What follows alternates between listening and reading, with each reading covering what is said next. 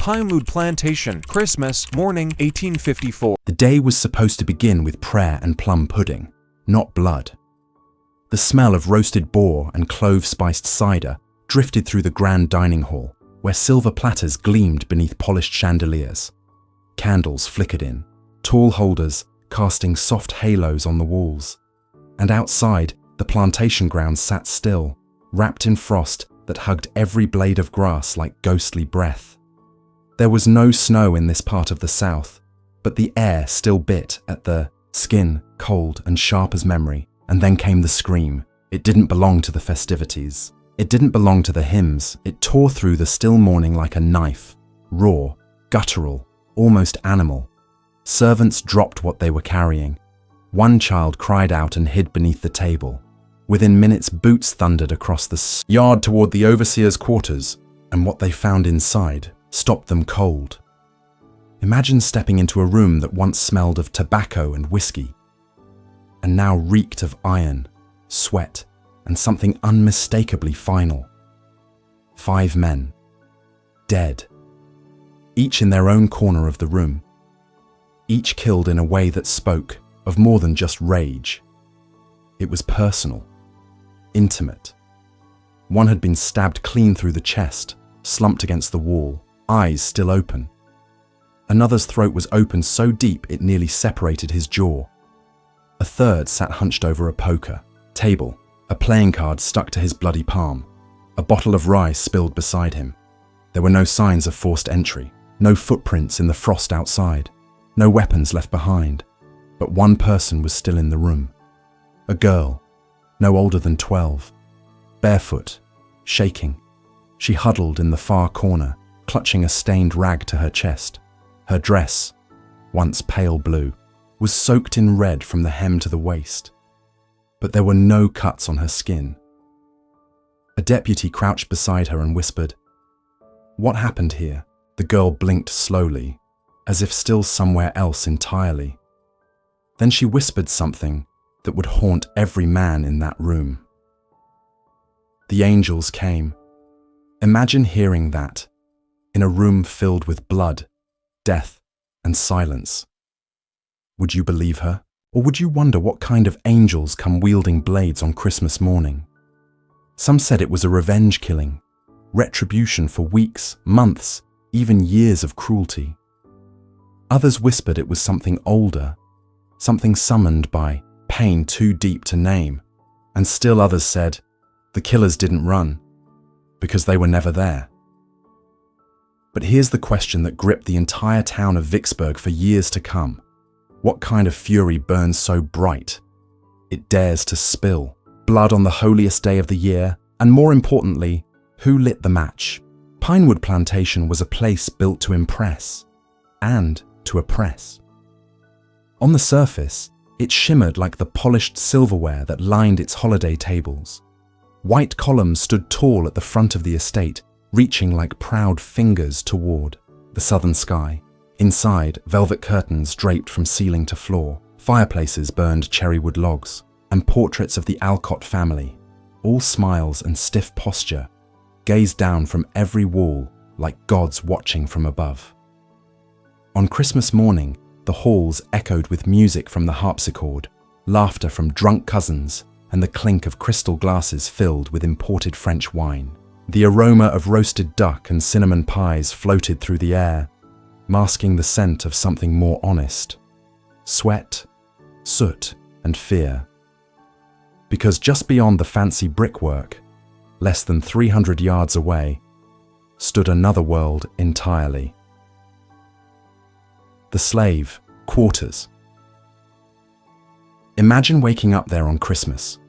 No presents, no warmth, just frostbitten wooden floorboards, leaking roofs, and silence broken only by coughing or the cry of a hungry baby. The holiday was no break. It meant double work, preparing feasts you couldn't eat, cleaning boots that would kick you, serving guests who wouldn't speak your name. There was no tinsel here, no candlelight, only calloused hands, aching backs, and the constant threat of being sold, or worse. And yet, the plantation owners smiled. To them, This imbalance was order. To them, Pinewood was a paradise maintained by chains. Now pause. Imagine watching this unfold with your own eyes. You see the overseers, the 5 men who would later be found murdered, laughing as they tossed dice in the servants' kitchen. One of them, a man named Doyle, grabs a young boy by the collar for standing too close to the table. Another, Perkins, casually brags about how he punished 2 field hands the night before. For having tired eyes, they were untouchable, armed, drunk, and fully convinced nothing could break their little kingdom of control. But something was shifting in the air. You could feel it, like pressure before a storm. One enslaved woman, known only as Mercy, had whispered in the dark days before Christmas, "They think we're blind, but we see everything." Was she talking about a plan, or just the daily horror of life behind Pinewood's polished walls? We don't know for sure, but what we do know is this. Every smile that morning hid a shadow, and every gift exchanged, inside the main house, came at the cost of human suffering outside of it. Even the so-called Christian charity handed out to the slaves, old coats, moldy bread, watered-down cider, came laced with reminders. Be grateful. You could have nothing at all. And the 5 overseers, they were the enforcers of that balance. They were the hands that held the lash, and the eyes that watched every move. But sometimes, even iron forgets it can rust. And sometimes, the ones you think are too broken to rise are the ones planning your downfall.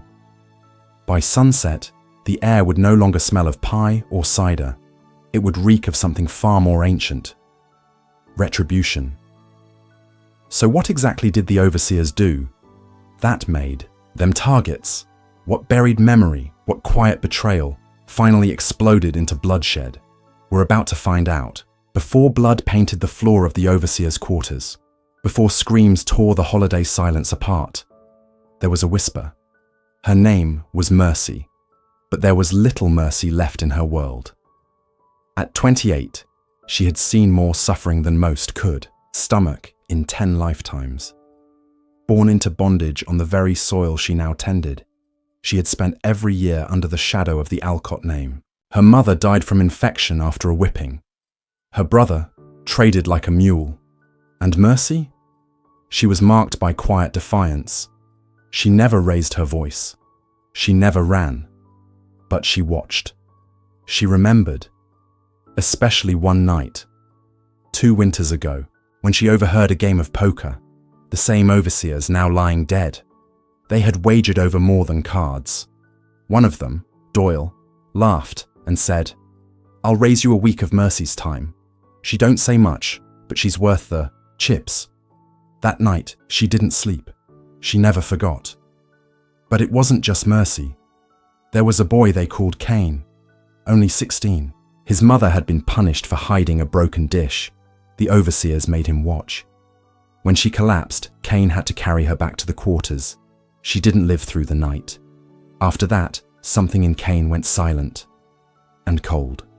They said he started carving small figurines out of bark, knives, spears, faces. When asked what they were, he said, "They're the things I see when I close my eyes."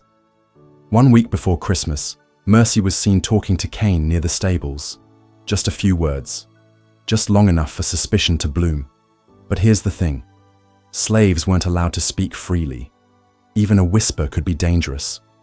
And when overseers feel fear, they respond with fire. That same night, Cain was beaten. For nothing. For walking too slow. He bled into the dirt and said nothing. But his eyes didn't break. They sharpened. So let's ask the question. Everyone avoided asking back then, was there a plan? Did Mercy's years of silent survival finally crack into something more?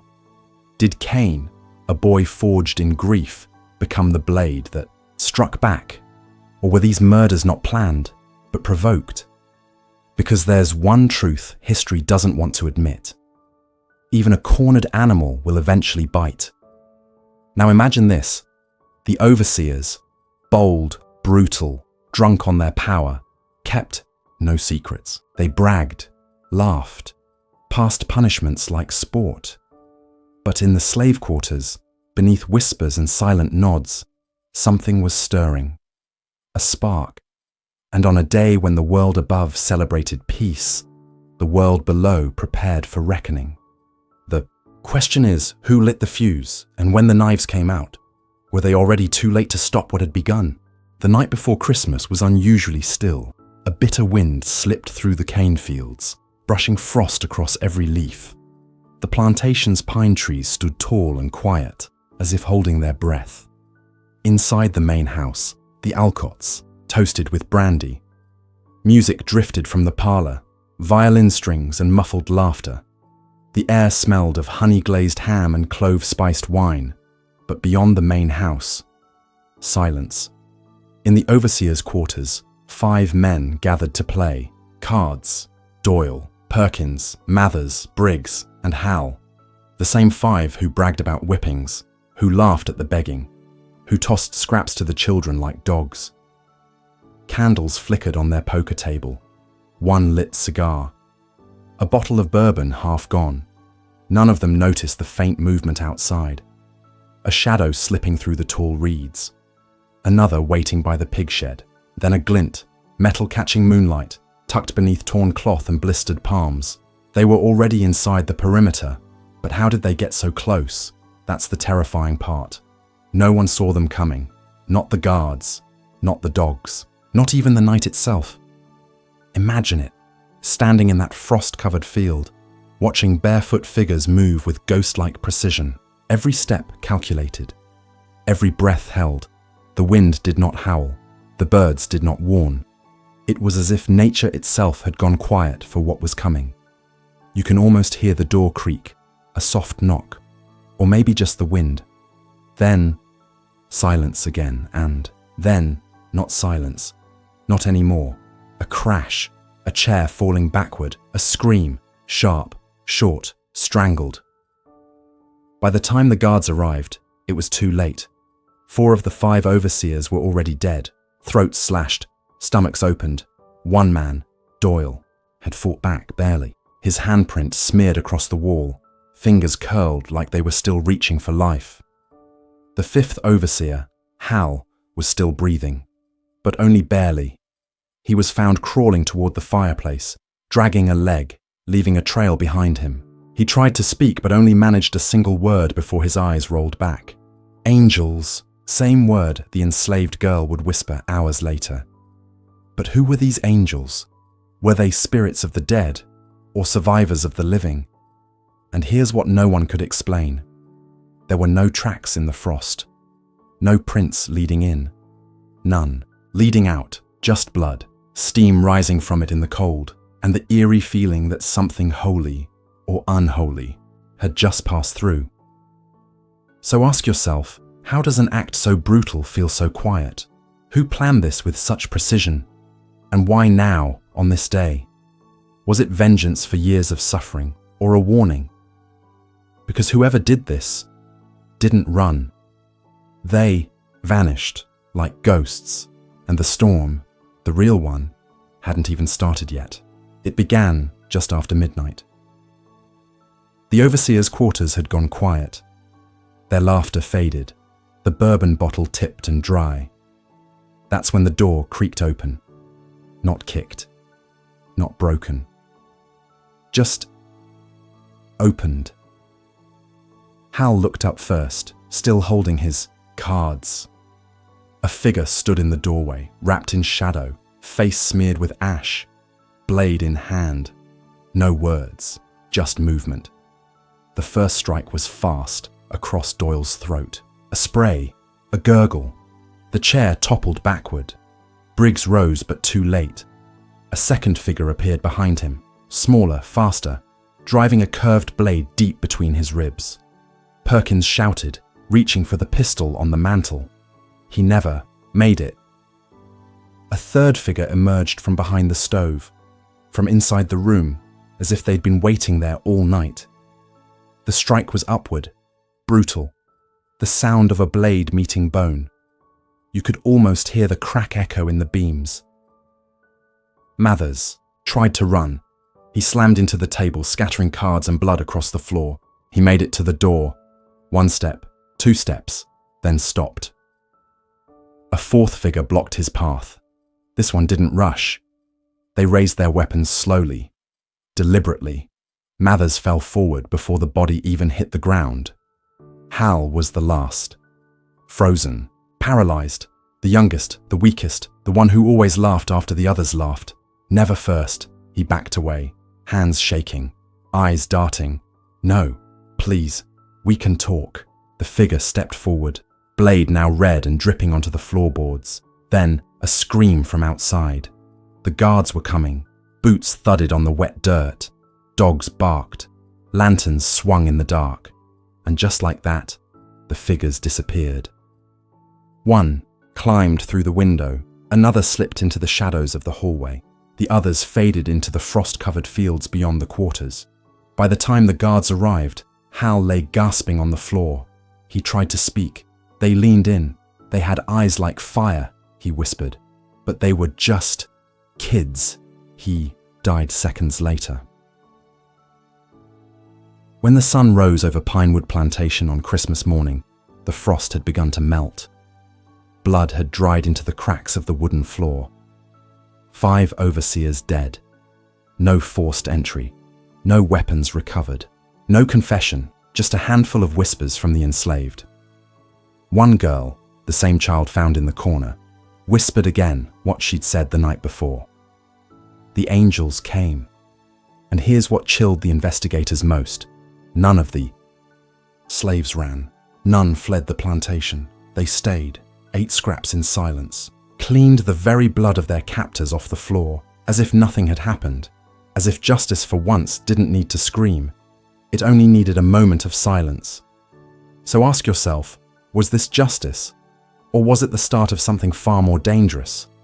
Because when the oppressed stop begging and start planning, what happens next? Christmas Day 1854 ended not with carols, but with coffins. 5 pine boxes, hastily built and sealed, were buried behind the overseer's quarters under a grey, indifferent sky. No sermons, no hymns, only the sound of hammers striking nails, echoing like judgment across Pinewood Plantation. The plantation owners brought in Pinkerton agents from the north. Questions were barked, boots stomped, whips cracked harder in the days that followed. But they found no killers, no confession, no rebellion, just silence. And that terrified them more than any uprising, because the truth hung heavy in the air. Someone had done this, and whoever it was, wasn't done. Imagine being a master in those days, walking past the slave quarters at night, wondering who among them had held the knife, wondering if it would happen again. Imagine being a slave, knowing justice had struck once, swift and silent, and might strike again. Some whispered it was a divine act, a warning, retribution wrapped in holy fire on the holiest of days. Others believed it was the beginning of something darker, a secret network of revenge, that more plantations would follow, but no other massacre came. No more overseers were found with their throats opened by invisible hands. And maybe that was the plan all along. One act, one night. Enough to shatter the illusion of control forever. Harriet Tubman once said, "I freed 1,000 slaves. I could have freed 1,000 more if only they knew they were slaves."